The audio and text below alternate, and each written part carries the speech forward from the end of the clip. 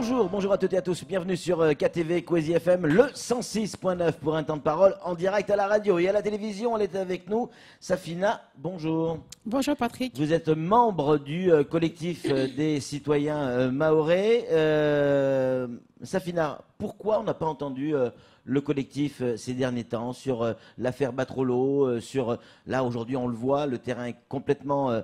pas nettoyer des déchets, mais effectivement, les gens ont été délogés de cette colline. Et puis, vous revendiquez ça, et puis quand ça a été fait, on ne vous a pas entendu. Bah, écoutez, Patrick, d'abord, l'État se réveille enfin, même si tardivement, pour faire respecter l'État de droit dans cette île.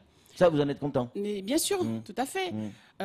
Il fallait le laisser aussi, il fallait laisser en tout cas le temps au préfet, à la préfecture, en tout cas de faire le travail qui s'était engagé en tout cas à le faire.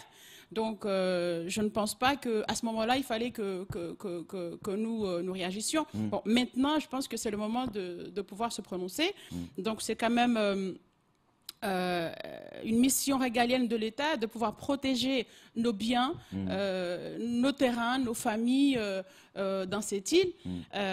Il faut reconnaître aussi... Aujourd'hui, vous dites merci au préfet? Ou pas? Ou pas encore? Alors, ou c'est trop compliqué de le dire? Je dis tout simplement que le travail a commencé. Voilà, c'est une bonne chose, nous le reconnaissons. Nous voulons tout simplement féliciter et encourager les forces de l'ordre pour leur contribution, parce que ce n'était pas facile aussi de déployer autant de moyens humains et matériels.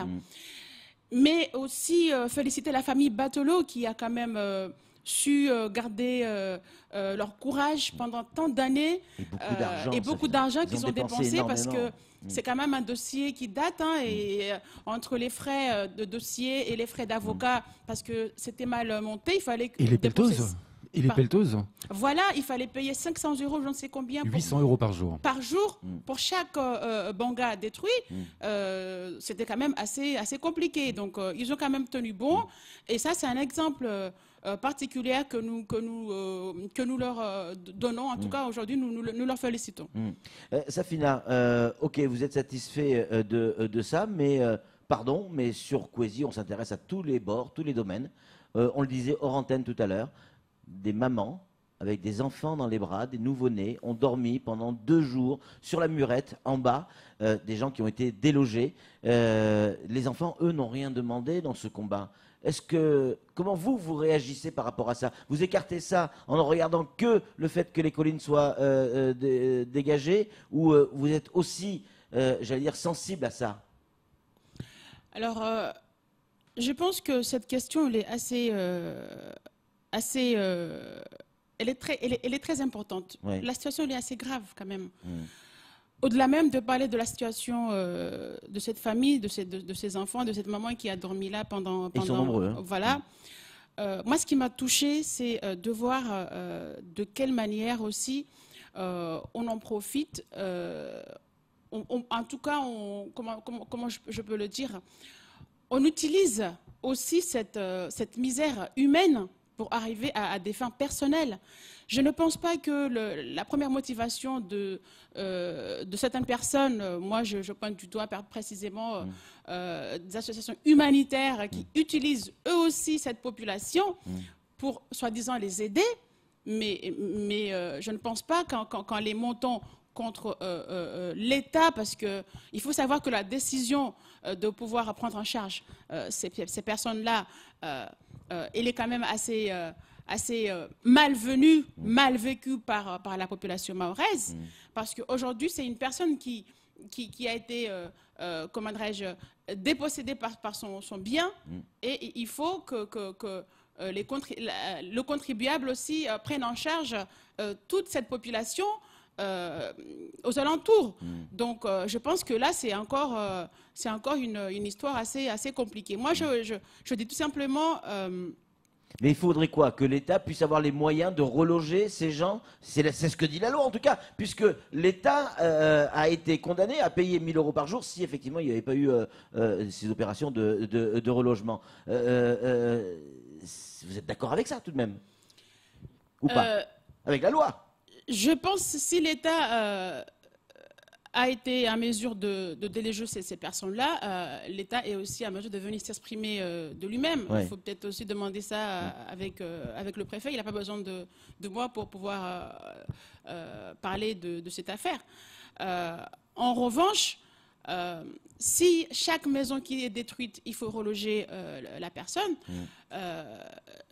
combien de millions il faut pour reloger toute la population qui occupe illégalement des terrains des gens. Lorsqu'on nous demande de ne pas nous faire justice nous-mêmes, de ne pas chasser, parce qu'il faut contacter les autorités. Et quand on le fait aussi, il y a un coût. Et ce coût-là, qui c'est qui le prend en charge? Est-ce que ça, le tribunal aussi en a conscience de ça? Donc, ton bien, on te le prend illégalement parce que vous avez une population qui arrive illégalement dans le territoire que l'État a laissé entrer pendant un certain temps. Et au bout d'un moment, il faut débourser encore de l'argent pour que cette personne-là soit relogée. Nous, on ne les avait pas demandé à ce qu'ils occupent illégalement notre territoire. Donc aujourd'hui, il faudra voir ça entre l'État français et l'État comorien. De quelle manière ils peuvent travailler pour que ces gens-là rentrent chez eux. Ces gens-là, ils ont un chez eux. Ils ont un chez eux aux Comores en juin. Pourquoi est-ce que l'État ne réfléchirait pas de les renvoyer là-bas plutôt que de les laisser dans la misère? Donc, nous ne sommes pas responsables. Quand une maman et un enfant dorment dehors, donc il faudra, à un moment donné aussi, ne pas être... arrêter de comment dirais-je, il n'y a pas de sujet tabou. Il faut qu'on dise les choses telles qu'elles sont. Bien sûr. Nous avons une population qui est là, une population qui vient d'arriver, qui est clandestine, qui n'a nulle part où aller, qui n'a pas de travail. Ces gens-là, comment est-ce qu'ils vont vivre? Et c'est ce que nous dénonçons. Samuel Bocher, le rédacteur en chef de France Mayotte Matin, une question à vous poser, Safina. Déjà, je vais faire une petite précision parce qu'on a tendance à trop l'oublier. L'État avait proposé des solutions d'hébergement à l'ensemble des personnes et l'immense majorité l'a refusé. Donc, il y a deux poids, deux mesures entre ceux qui se plaignent. Il y a aussi un petit peu de mauvaise foi, à mon avis, du côté de ceux qui se plaignent des décasages, même s'il y a beaucoup de misère. En attendant, moi, je fais un pas de recul par rapport aux actions du collectif des citoyens de Mayotte, du CODIM, des Assoiffés. Les collectifs sont de plus en plus écoutés par les autorités. On a l'impression que ça y est, le message commence véritablement à passer. On le voit avec Batrolo. On le voit avec Bandrajou, on le voit avec Vaïbé, Chirongui, les opérations de décasage. Mais il y a aussi le défrichage des cultures illégales. On a eu la première opération de l'histoire. Il n'y a pas de hasard. Vous êtes venu en parler, vous avez évoqué le problème. Vous avez le sentiment aujourd'hui d'être plus écouté par les autorités? Alors, je vais peut-être choquer certaines personnes, mais je pense que le préfet il a compris. Le préfet il a compris le message, le préfet il a compris l'enjeu et aussi la situation dans laquelle Mayotte se trouve actuellement. Parce que cette immigration clandestine... je ne veux pas utiliser un mot que tout le monde va... C'est comme un cancer, en tout cas, qui touche Mayotte. Et dans tout ce que vous touchez, elle est liée à ça. Que ce soit l'environnement, que ce soit l'éducation, que ce soit la santé, que ce soit dans notre vie personnelle. Tout est lié à cette immigration clandestine. Donc, à un moment donné, nous savons aussi nous taire pour que l'État fasse son travail, pour que l'État fasse son boulot. Et quand c'est fait, nous le reconnaissons.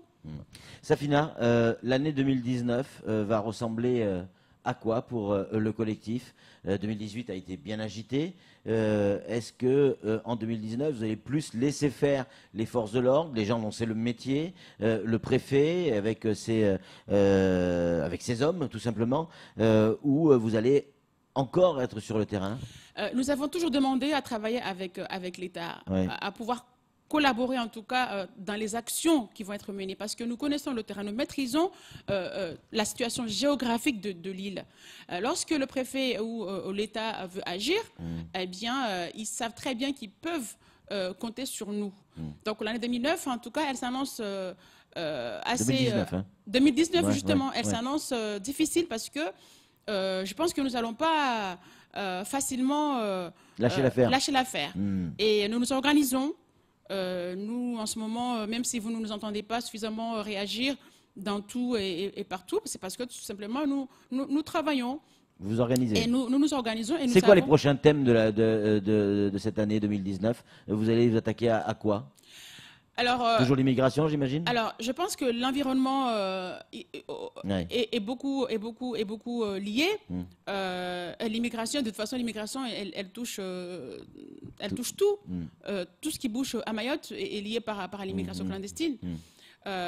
Mais l'année 2019 va être une année assez difficile pour l'État parce que je pense qu'il y aura des choses qui vont se dérouler et on n'est pas prêt à lâcher l'affaire. Samuel, une réaction? Une question pour bien comprendre qui vous êtes et qui nous sommes d'une certaine manière, parce qu'on est un peu tous membres du collectif.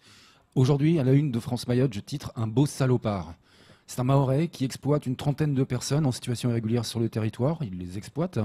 Il a même agressé sexuellement une jeune fille, une mineure de 15 ans. Quelle est votre réaction par rapport à ce genre de personnage, tout en sachant que c'est un Français?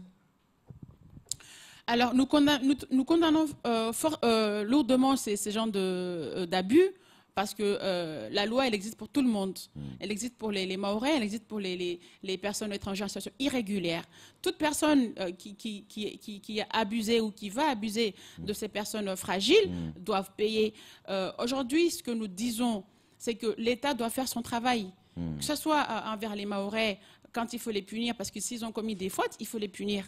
Mais aussi envers les personnes en situation irrégulière, quand ils arrivent et qu'ils se croient tout permis, il faut aussi agir dans ce sens.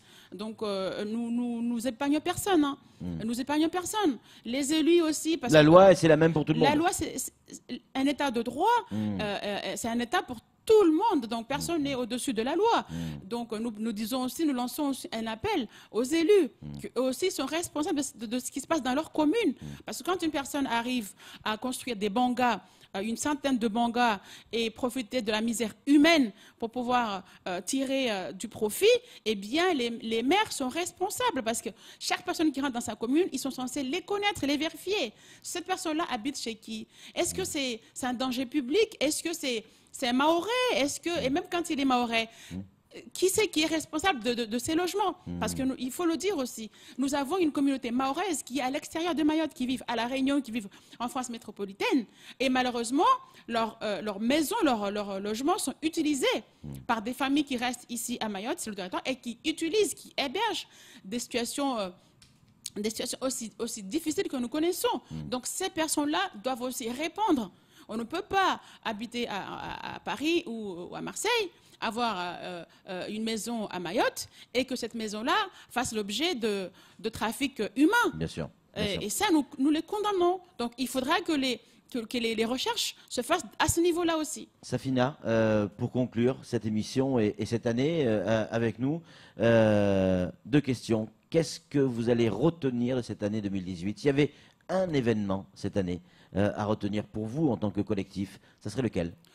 Celui qui a marqué l'année. Alors c'est à Kungu, ces 5 familles qui ont péri dans des maisons, dans des mangas qui... Cette maman et ses 4 enfants. Voilà, et ça, nous on vous le dit parce que nous sommes des Mahorais, nous sommes sensibles, nous sommes des personnes fragiles, mais aussi touchées. On peut être touché par une peine aussi personne ne l'accepterait. C'est pour ça que nous demandons à l'État de faire son travail. L'État ne doit plus laisser des personnes construire des bangas sur des terrains en pente, sur les hauteurs, parce qu'ils sont en train de les mettre aussi en danger. Et c'est ce que nous avons toujours dit. Il faut aussi, l'État doit penser à ces familles. Est-ce que ça aurait été bien que ces familles-là viennent périr, mourir ici à Mayotte pour chercher une meilleure vie qu'ils ne trouveront pas, ou ça aurait été mieux qu'ils restent chez eux en jouant, entourés de leur famille et de leurs proches. Donc c'est ça que nous disons. Et deuxième chose, l'année 2017, ça a été, 2018 plutôt, a été une année assez mouvementée parce que nous avons aussi fait un mouvement qui a duré, je ne peux pas ne pas en parler, qui a duré des semaines et des semaines, qui avait paralysé toute l'île. Eh bien, je pense aussi qu'il faudra en tenir des leçons. Il ne faudrait pas qu'en 2019, nous en arrivons là, ou pire encore, parce que le Mahorais, il est vigilant. nous sommes toujours vigilants, comme on dit à Hachiri, et il ne faudrait pas que l'année 2019 et qu'on répète les mêmes erreurs. Et ça, cette image qui est derrière nous, juste pour conclure, vous la voyez à l'antenne, ces mamans qui ont bloqué la préfecture pendant des semaines en dormant sur le trottoir de la préfecture, transportées par les forces de l'ordre. Cette image a fait peut-être pas le tour du monde, mais le tour de France. C'est un acte symbolique, tout simplement parce que quand on est dans un territoire, on est chez soi et qu'on ne se sent pas entendu, en tout cas suffisamment pas, pendant des années et des années, la situation peut se retourner rapidement. Donc, le mouvement de ces mamans devant la préfecture, elles dénonçaient tout simplement une injustice. Elles demandaient plus d'état de droit et qu'on les respecte chez elles. Elles sont chez elles, mais elles n'ont pas l'impression qu'on a compris ça. C'est ce qui fait que le mouvement de Gilets jaunes en France métropolitaine s'est réveillé. Donc, ce qui s'est passé à Mayotte, ça a servi et ça sert encore au niveau national, parce que ça, c'est une injustice. Donc le peuple a la voix de dire non, Carvenze. Et ben voilà, c'est ce que Samuel, pour conclure, très très rapidement. Juste une petite pensée, parce que les mamans, elles sont toujours actives, elles sont au conseil départemental. C'est pas faux. Elles sont encore en train de dormir là-bas. Hein. Alors, elles sont déjà rentrées chez elles, je peux vous rassurer, pour rassurer tout le monde. Elles sont rentrées. Les mamans, elles savent très bien ce qu'elles font. Elles ont combattu pour cette île française. Elles le feront jusqu'à la fin de leur vie. Et nous aussi, on le fera jusqu'à la fin de leur vie. Merci beaucoup, Safina, d'être intervenue sur notre antenne et d'avoir choisi Kwezi pour une nouvelle fois pour réagir effectivement à l'actualité. Allez, c'est tout pour ce temps de parole. Tout de suite, la suite de nos programmes.